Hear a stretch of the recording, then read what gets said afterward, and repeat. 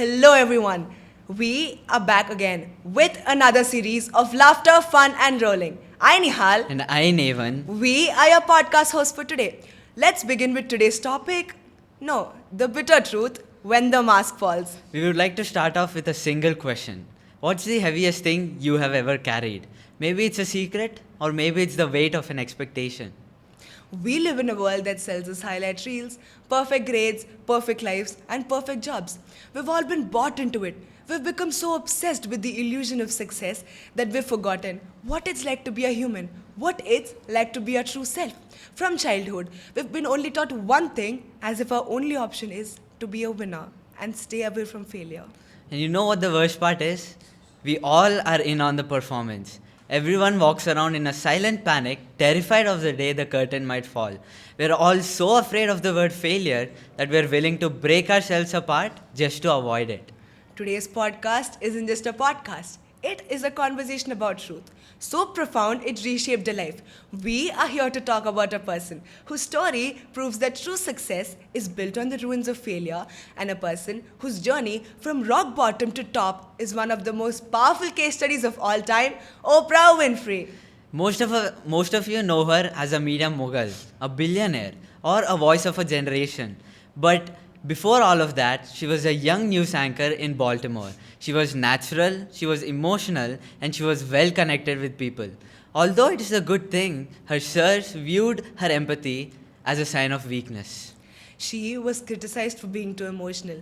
People told that she wasn't right for the rigid, detached world of the news. She was removed from the anchoring position.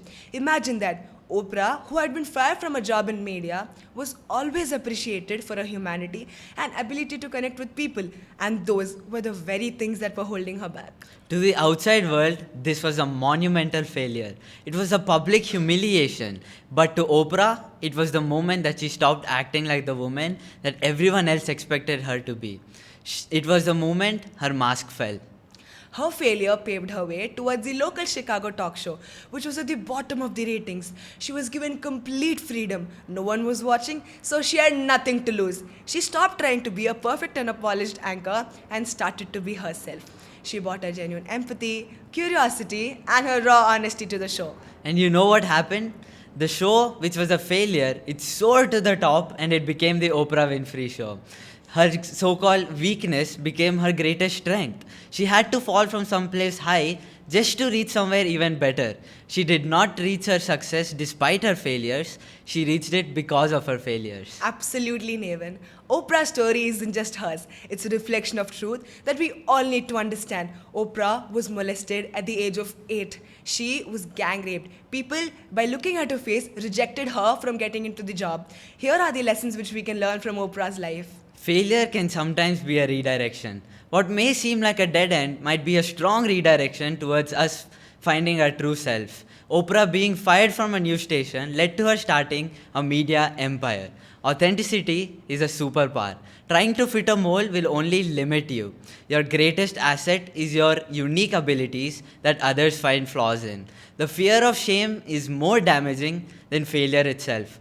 Oprah did not let her public humiliation take away what she had. She learned from it, she embraced it, and she used it as fuel. Nevan, don't you think Oprah's story is very inspiring and the perfect set for this topic? It is very inspiring. Facing failures happily is a universal topic which every single person can relate to. Likewise, me too. Do you want to hear my personal experience? Sure, Nihal, go ahead. Yeah. So there was a child who was studying in his 12th. He was a very intelligent child. Basically, he was a clever creature. You know these types, Nevan, who goes around places, wins various prizes? Yeah. He was that kind of a type. He was a student which every single university wished for. He went to give his selections for his dream university. Everyone was very tensed, including him. And when the results came, guess what happened? Everyone was shattered. He broke into pieces. He felt he betrayed himself. He felt he betrayed his family members. He felt he betrayed every single thing his family members have done for him. For me, in my point of view, I feel that it wasn't just failure that broke him. It was the shame of failure that broke him, right? You're right. And also the oppressions, pressure which society put on him led him towards failure. In my perspective, if he would have taken failure in a positive aspect and embraced it, he would have reached various heights. Because of taking failure in that way, guess what is happening right now? He is leading a life which he is not supposed to do. He is studying in a university which he is not supposed to do. His parents have poured their heart and soul just to educate him. He carried all that weight with just a smile. And because of his failure, he stopped doing everything. He stopped socializing with people. And now, no one knows where he is. No one knows what is he doing. For example, think of a small child learning how to ride a bicycle. They fall, they get back up. But did you ever look at them and tell they're a failure? No, right? You tell them to get back up, you encourage them, you tell them that the journey of riding a bicycle isn't a smooth or a perfect one. It is in the wobble or the fall where you find the balance. But why can't we apply this in our case as well? Why couldn't he apply in his case as well? Why can't we apply in everyone's case as well? It is our life and the decisions must be made by us. Whatever is being done in the future is supposed to be done by us. Living for other people's expectations is absurd, right, everyone? Live for yourself, fail, get back up, rise, and come back stronger. It is a very oppressing story, Nehal. To be honest, it's not his fault. It's the pressure that society put on him. Sometimes I wonder why we don't do that same grace to us anymore. Why do we look at our own scraped knee and feel ashamed of ourselves? Failure is the best teacher. It teaches us how to get up. It teaches us how to rise. Just imagine, you cannot rise without falling, right? Gold is refined 7 times before it is used in the ornaments that we wear. 7 times. Likewise, when people fall, they're just refining themselves. They did not fail in life. Absolutely, Nevin. In a present day situation where society is like this, the most powerful thing which we all can do is to let the mask fall.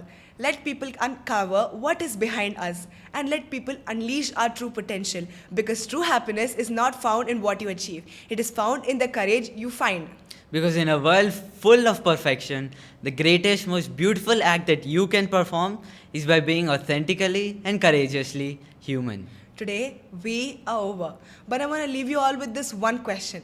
What part of you are still hiding just so that you don't fall? Why are you living for other people's expectations to which break you down? I want to leave you all with this quote as well. Failure isn't the opposite of success. It is a part of it. It is a step towards your success. I hope you had something to learn from this podcast of ours. Signing off, Nihal. And Nevan. I hope you're waiting for next week's podcast. Thank you.